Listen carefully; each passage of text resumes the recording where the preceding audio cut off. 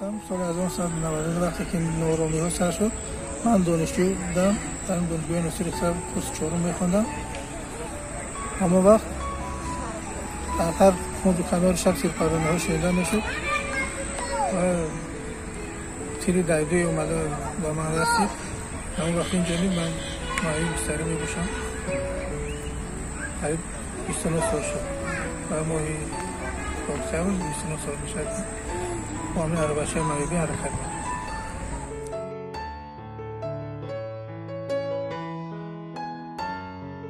البته اذیت جسمانی اونقدر به شخص تاثیر منفی نمیرسونه، ولی اذیت روحی بسیار به شخصیتی که تاثیر منفی میرسونه، چون که شخص وقتی در خانه خواب است امکانیتی به کوچه برآمدن نداره، خود را تنها حس میکنه، خود را برای جمعیت نودرکار حس میکنه. همین چیزها کس را بسیار رو افسرده میکنه. خوشبختانه من توانستم که از این وضعیت بیرون برایم، چون که وقتی که ایجاد میکردم و شعر مینوشتم دوستان مسئولیت دادن، من ایجادکارانی که بودن در این محفلی که در این شهر عمل میکرد و براشون رجب علی خدایی دادن، اما مسئولیت دادن که به خودت یک تخلص انتخاب کرده شعر نوشتن گیر، انشالله شعرت خواننده خود رو می‌یابد. و من با همین تخلص سربندی رو انتخاب کردم و نوشتن شعر آغاز کردم. سال 2003 مجموعه اولین رو با نام آهنگ دل چاپ کردم. بعد همون روز علاقه من با جمعیت خیلی خوبتر شد، چون که بسیار نفران به پیش من می‌آمدن شعر درخواست می‌کردم، شعر فرمایش می‌دادن و من حس کردم که برای جمعیت من نودرکار نیستم، من می‌توانم نفع خود را به همین جمعیت و دولت رسانم. و بعداً مجموعه‌های دیگر رو با نوبت چاپ کردن گرفتم.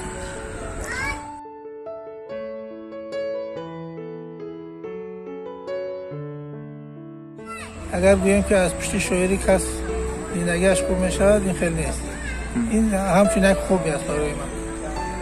لیکن میتوانم که فرض کردیم اگر 2000 سومانی کتاب چاپ کنم، یک قسمتش رو برای دوستان هدیه میکنم، برای رشته‌ام و برای رفیقان، و باقی مونده‌اش رو میفروشم.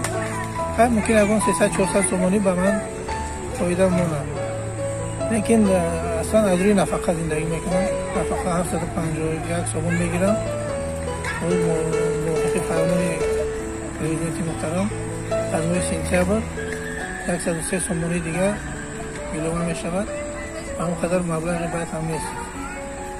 بعد کمک میکنم، خیلی شبان هستم برای بهترین زندگی فقط امکان یاردم میکنم.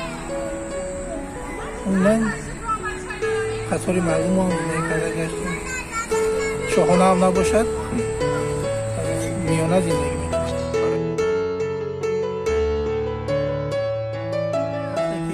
خداوند انسان رو خاص میکنه، البته در او استعداد رو هم جا میکنه.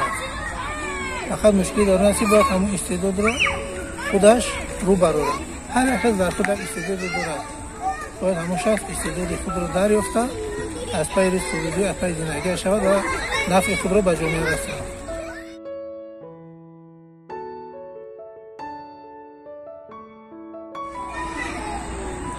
این هم با توصیه دوستان گفتن تو که امکانیتی به هر جا رفتن نداری، خوب میشود که در یگان شبکه اجتماعی هر کدام سایت خود رو شده شعرهایت رو میتونی معرفی کنی و شعرهای دیگر رو بخوانی. و من سایت ادنا کلاسیک اول شده دادم. بعدا دیدم در اونجا هر گونه آدم ها هستن، آدمانی که شعرها رو دوست می‌دارن کم بودن. بعدا دریافتم که در فیسبوک ایجادکاران بسیار هستن، شاعران، نویسندگان، ارجمندی ما همشون قریب در همونجا سایت به خود دارن. بعد با فیسبوک گشتم، در اونجا گروه خود رو با نام دفتر شعر علی جان شدم. و تا حال در شبکه اجتماعی فیسبوک فعال هستم، شعرهایم رو میگذارم، بهای دیگران بها میدیم، بعضا کمبودهای خود رو دریافت کرده اصلاح میکنم و شعرهای دیگران رو میخونم. عموما فیسبوک یک دنیای مجازی برای من شد که با تمام جمهوری، حتی بیرون از جمهوری میتونم در تماس باشم. دوستانی زیاد پیدا کردم و بسیار شاعران نویسندگان شناسیدم. بعضا ابخلمان به من مراجعت میکنن شعرهایشون رو دیده بودم و من بچون سر خودشون رو اجرا میکنم، شعرهایشون رو به قدر امکان تحریر میکنم تا جایی که خودم میتوانم و این یک وسیله شد که من خود رو بیکار چیز نمیکنم. حتی در اون فیسبوک بعد ورق میزنم، شعرها رو میخونم، الهامم میاد و خود یکان شعر نو پیدا میشود در همون گروه خودم میگذارم.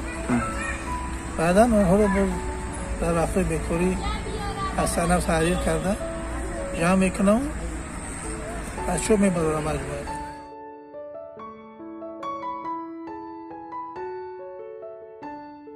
بسیار دوستانم وقتی که در فیسبوک شناسیدم و بعدا مشاوره ها تشکیل کردیم بسیار بر آنها پسند اومد. اکثریتشون آمده از احوال من خبر داشتن، شناسیدیم باز از نزدیک، حتی از خود پنجکین استاد اسماعیل ظریفی، استاد ابراهیمی نقاش از پنجکین به دیدن من اومدن. سر یک کلاشه بسیار صحبت‌های جالب داشتیم. عموما هر سال دو سه مرتبه نفرانی هستن که خواهشی از نزدیک آشنایی پیدا کردن با من میکنند و عودت من میبینند و من از ایشان بسیار می‌اندوزم.